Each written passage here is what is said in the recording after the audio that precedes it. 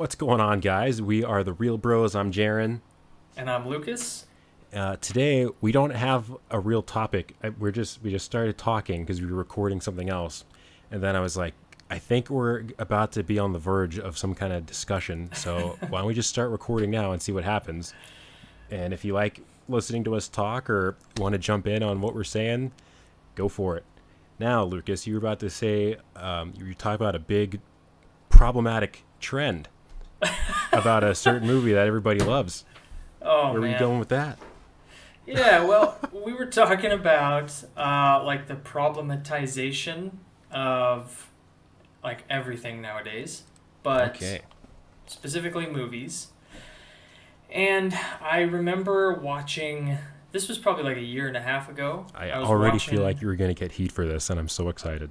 I know, and just to be respectful of this other creator, I was watching a video on YouTube, and they're fairly popular. They release a lot of videos, and they're very intelligent. Some of the stuff is like really good, Mm-hmm. but this particular video, they were analyzing The Lion King, uh, and they were doing it through like a Marxist lens. Okay. So they were yeah, they were trying to interpret the movie and what it says about class and just kind of like the struggle between the proletariat and the bourgeoisie, and they were basically painting Scar out to be kind of the representative of like the common man, and the hyenas were kind of like the dejected lower class, and how actually like the movie could be interpreted as like a Marxist allegory, basically. Um, So almost the common people try to take over or reclaim the land that they have a right to, but the right, established order and the people at the top of the hierarchy say mm-hmm. no, and with an Yeah, iron fist squash the rebellion. right, Oh yeah, my. yeah, and almost interpreted the movie kind of like a tragedy a little bit, in Okay. that they get squashed and the king and the upper class gets to rise up and take their place on Pride Rock or whatever. Um, so anyway, all that to say, you can interpret anything almost an infinite number of ways, but it just struck me as an example of interpreting a story outside of the context that it gives, and the consistency of the messaging and characterization and the writing, the themes that pop up throughout the movie, the things that the characters say, the way that they say them, um, kind of ignoring all of that and shoehorning in a different framework in order to view the movie through that lens. Does So that in make other sense? words, so you have whatever belief or ideology you have, Mm-hmm. and then you use that you, as a magnifying glass, say, a colored Yep. one, and you just inspect everything, and you reveal problems that are only there to you or to people who agree with you, while ignoring the intent of the original message.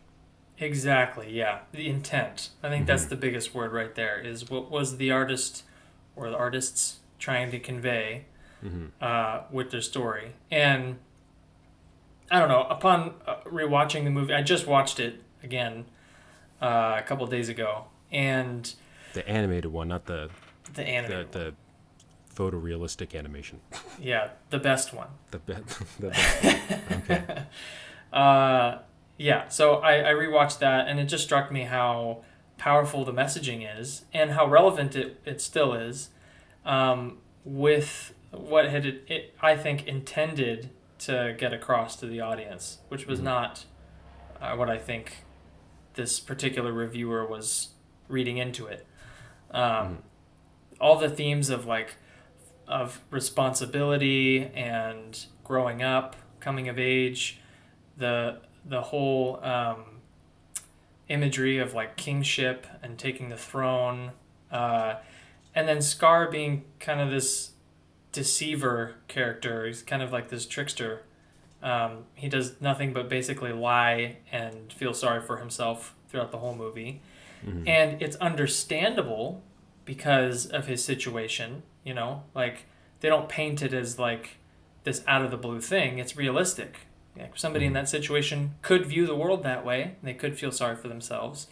And they could lie and do whatever they thought was necessary to rise to the top, and that's what he does. But it's not painted as like a triumphant thing. It's painted as, you know, a kind of an evil thing. So Because they commit murder to get there, exactly. and they do it for more selfish reasons than for maintaining the circle of life, which has its own kind of balance and is the driving or the pervading force of nature that seems to be the status quo, and a balanced status quo that the movie frames it to be. And that was the third part. I forgot what the third part was. Those were both really good parts. It might come back to me. And you see that when the proletariat comes into power, the land suffers as a result. Exactly. And it Very takes someone Shakespearean. who's had the the knowledge imparted from the loving father figure, and the wise helper Rafiki, to restore balance, and then everything's growing and the land's happy again.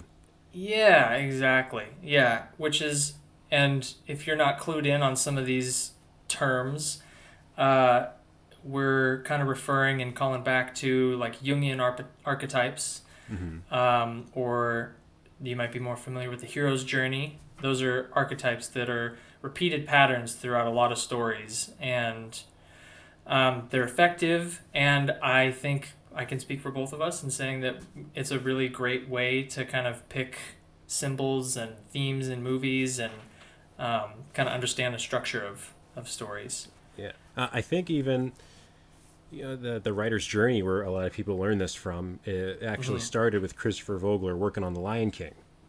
That's how it all began, with his original memo. So this is the perfect movie to be talking about this with. Yeah, it makes sense. Wow, Yeah. that's full circle. You see, the circle of life, and you see that that similar thing where when a wrong king takes over a land and then the land drops into famine or whatever. That's also in Arthurian myth.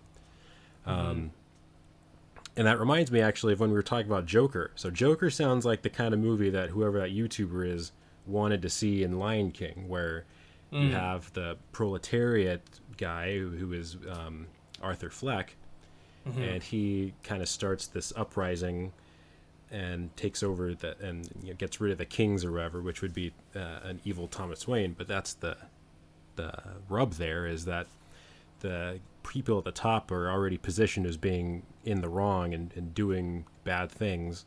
And Arthur's, even though he commits murders, it happens because he's misunderstood and the world is harsh, and he just wants. It comes from a place of like wanting to be accepted and understood and loved. Right? Yeah. Versus Scar, who's just I'm greedy and I want power. So, I think Joker is kind of a really good. I've always said it's a good reversal of that Arthurian archetype, where, in the beginning of Joker, there's they call them super rats going around the city, and then people are suffering, and everyone's a jerk to Arthur, and even though we're watching it and we know logically you shouldn't be an evil clown and kill people and light the world on fire, it's framed in the movie as being kind of this triumphant moment in the land being restored to a kind of glory because the people are all happy and all that. So that's the kind of movie that I think plays that or portrays that very well. And I think it's that might be just one of those hot take things that people do to, I don't know, sound cool or something. Like people do this with Batman too, where they're like, "Oh, it's so like fascist of Batman to be a billionaire and then beat up poor people, and just because he thinks it's right." And I think there's that's a good point. Like, you obviously no one would want to do that in real life. I think some of the best Batman writers make Batman out to actually be kind of crazy and not someone you should want to be like. But then there's the more, I guess, hopeful interpretations where, I was just going over an old comic from the mid 2000s where, as Batman's going around doing his thing, he meets this girl on the street who's, I think, stuck in into some kind of sex slavery or something. And to get her out of it, he gives her one of Bruce Wayne's business cards, and he says, "Go to this office, and they'll give you a job." And that's like a really touching thing. It's not, to a good writer, Batman's not only just beating people up willy nilly. He's also a philanthropist. He's donating money to causes and trying to rebuild the infrastructure of the city. Yeah.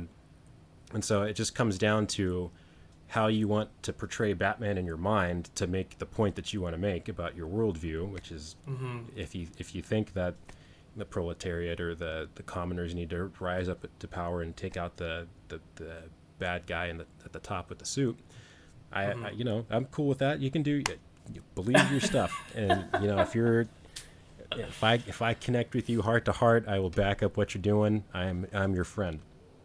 Wall Street bets. Stick it to gosh. the man.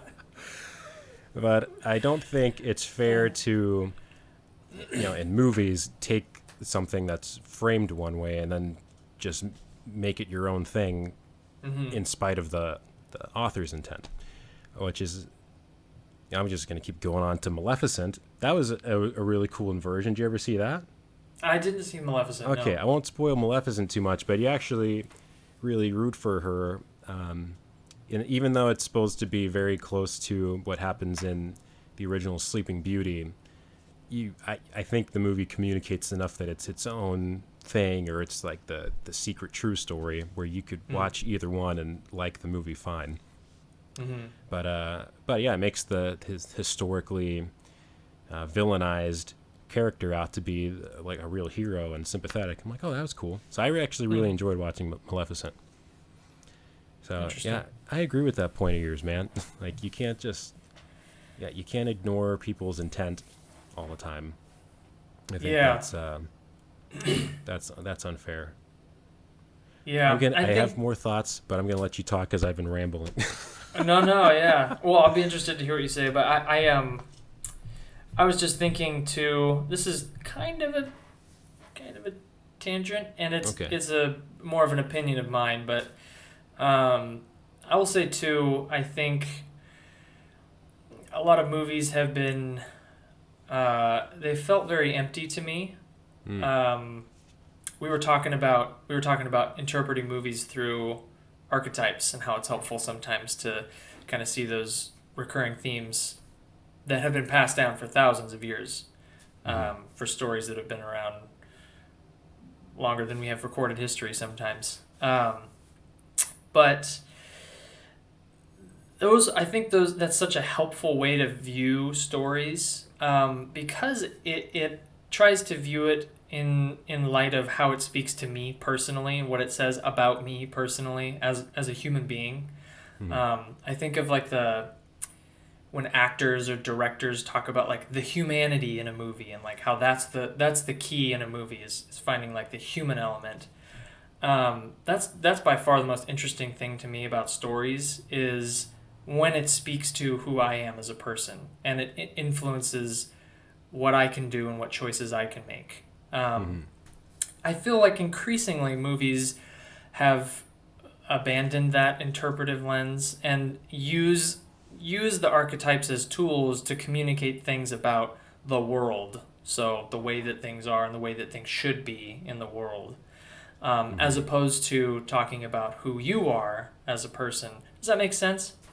I think it's a little, it's conceptual language, so you might need to provide an example for Very us. conceptual, yeah. So I think of a movie like The Lion King. Okay. And The Lion King. And how that movie is, I think, undeniably about like personal responsibility. And it speaks to me as a person, and anybody who's watching that movie can, I think, receive what it's saying about you as a person. And compare that with, I don't know, and I hate to use this example because I actually really like the movie and what it has to say, but something like The Joker, I guess. I don't know if that's a good example, because I actually think that the Joker has a lot to say about, personal responsibility and throwing kind of a pity party, and I like the way that it has the question in the audience's mind of like whether or not Arthur's inventing a lot of this stuff in his own mind. That's like a great twist in there. Yeah, I don't know. Maybe The Last Jedi? Because Oh my! Last Jedi's a good example. That's like chief in my mind of movies that have done that. Movies that have been more about, say, communicating an ideology rather than a personal message. Yes. Or yeah. it's So the better movie to- is. It's better to be a Sorry. preacher of an ideology rather than to learn how to be a good person on your own, maybe. Yes. So everything that Rey faces in that movie, Rey's the protagonist. She's the hero. So she's, if you're interpreting this through an archetypal lens, she's the one who has to go through the most personal growth in the movie. She's battling against whatever she's battling against inside of herself. In the movie, all the conflict that she faces, almost all of the conflict she faces, is exterior. It's all the world that's wrong, and she's right, and she just has to push past enough to get to, whatever change that she wants to bring about. Luke is not there to help her; he's there to get in her way in a lot of ways. Kylo, whom she wants to redeem, is not redeemable in the movie. Later, obviously they changed it to where he is, but yeah, he's kind of just there to be in her way. And yeah, so I guess it just comes across to me as more about like the established order than like personal growth, if that makes sense. Okay, yeah. Yeah, I smell potential for a more focused video on that. Definitely, yeah. I'll have to. I'll pencil out my thoughts a little bit more, and we'll get something with a this point is very on spur of the moment. it. Yeah, We're for flying sure. by the seat of our pants. We really are here. Yeah. Oh man. Yeah, I totally forgot that point. I was gonna follow up. I knew that was gonna Joker happen. with. That always happens Dang to it. me. So, but it was about ascribing an intent that the creator didn't mean. Yeah, and I don't think it's wrong to watch a movie with your own like worldview, but I think it's Sure.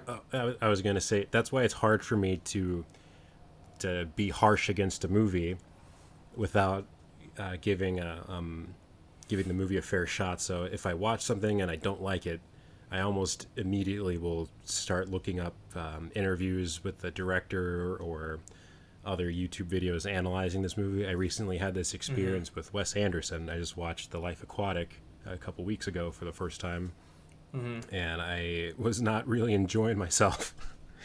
But I don't like to not enjoy a movie because Wes Anderson has a great reputation for a reason. So, so I went out of my way to, instead of just sitting back and being like, I don't like this, so because his view of whatever, fatherhood or whatever is just stupid and I don't agree with it. I'm like, well, let's find out what he's making this movie for. So I watched a couple of videos about his cinematography and stuff and some interviews where he talks about like kind of his broken family growing up and kind of missing out on a father figure. I might be misremembering, but this is the general thing. He likes doing movies about being separated from a father and making that reconnection happen. So there's a lot of familial stuff that he experienced growing up that he puts into his movies. And he also loved, growing up, he said, I believe he wanted to be an architect. And so that's why his set design is so unique, and he kind of gets to express that part of himself in the way he builds sets. And it's very obvious that the set work and the set design is made to go with the types of camera movements that he does, which I noticed were all very good. And so after, spending a little bit of time getting to know him, I'm like, oh man, I'm really excited to watch another one of his movies sometime, which I totally will. Yeah, because you remember my text is like, I don't know if I ever want to watch one of his movies again. Yeah. I mean, I get really deep reactions, but I can't let my reaction be the whole response. Totally, yeah. Yeah, so now I'm like, man, Wes Anderson, he's really cool, he's creative, and I think he does good stuff. So I want to watch more of his movies now. But that's basically what my point was going to be is, don't let your initial reaction to a movie be the end all of what you think it is. Because, there's a whole bunch of, for a lot of movies, there's a lot of effort and thought and heart that went into it. And when someone puts their heart on the line like that, I don't like to stomp on it. I want to give it a chance. Yeah. So that's what I was going to get at. Yeah, I think that's a great point, and I'm all about that. I think ultimately it just comes down to being more empathetic and trying to understand people, which is something we sorely need right now, I think. Oh my gosh, yes. So much misunderstanding. Yeah, just it's easy to kind of come at things from your own perspective. It's natural, but very helpful to try and understand what a person is trying to say rather than reading into what you think that they're saying. Yeah. And that goes for life and movies, believe it or not. You know what other movie we should do that with? You're going to hate me, but The Last Jedi. I knew you were going to say that. Although I would love to do that with that movie. Well, let's do that, yeah. I have watched some interviews and quotes from Rian Johnson, and like, maybe I need a little bit more from this guy. One thing I did see that he said in an interview when he released Brick, so this is an older interview, but he said that he likes making movies where he'd be like upset or disappointed if like everybody pretty much unanimously liked it. He wants to get that feeling of half the audience loves it and the other half like hates him for it. I think he really accomplished that with The Last Jedi. We'll do more Last Jedi videos. Yeah. How do we have a movie channel and not talk about The Last Jedi? So that's going to happen. We have to. Yeah. And that reminds me of maybe an addendum to what I just said about empathy. Just because you understand what somebody's saying does not mean you have to agree with it. You don't have to agree with it. Yeah. But let them have their dignity in saying it. But let them have their dignity, yes. And do your due diligence in trying to understand it, for sure. So I would love to do a video about The Last Jedi. Okay. I will embody everything that I just said. Okay. You know what I really want you to embody that for? You know what I'm going to say. Zack Snyder. Zack Snyder, yeah. I did know you were going to say that. Yes. So, Snyder Cut's coming out. We got to still do our BVS video. Keep an eye out for that, friends of the channel. I'm doing a lot of prep for that. I'm really excited about it. Yeah. I'm excited too. I have like a whole chapter in this book I got. I got to show you guys this book I just got. This is the illustrated encyclopedia of traditional symbols. I'm already getting a lot out of this book. I watched Nocturnal Animals last night for the second time. That's an intense movie, but it was really good. And there was this one bit of symbolism I was kind of struggling with, trying to understand or make sense of, and so referred to the book and got a good nugget. I'm like, that fits with the theory. So, wow. Yeah, that's a good book to have. I'm going to be referring to that a lot, everybody. Exciting. Yeah. All right. Well, I think that kind of wrapped up our thoughts. Like I think we just had a great little discussion out of nowhere. Yeah, that was great. So spontaneous. Yeah, well, thanks for hanging out with us on our spontaneous video journey of the evening. We'll definitely be putting out some more focus stuff. That we were recording something else, and then we just started getting onto these tangents. I'm like, we should record this. So, so if you appreciate our thoughts, thank you for hanging with us. If you have any other thoughts on anything we said, do you like The Lion King? Do you agree with The Last Jedi and Joker? Do you think it's cool to just, I don't know, twist a director's words or remix it? I don't know. I'm just saying all these like questions for the audience because I'm like, I want to know what people think. Don't you want to know Yeah. what people think, Lucas? I do. I would love to hear what people think. So Okay. please comment or send us a private message if you're afraid of controversy. I really don't like controversy, man.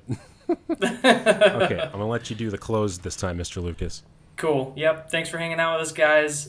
Please like and subscribe if you like what you see, and let us know what you think in the comments. And we'll be seeing you guys soon.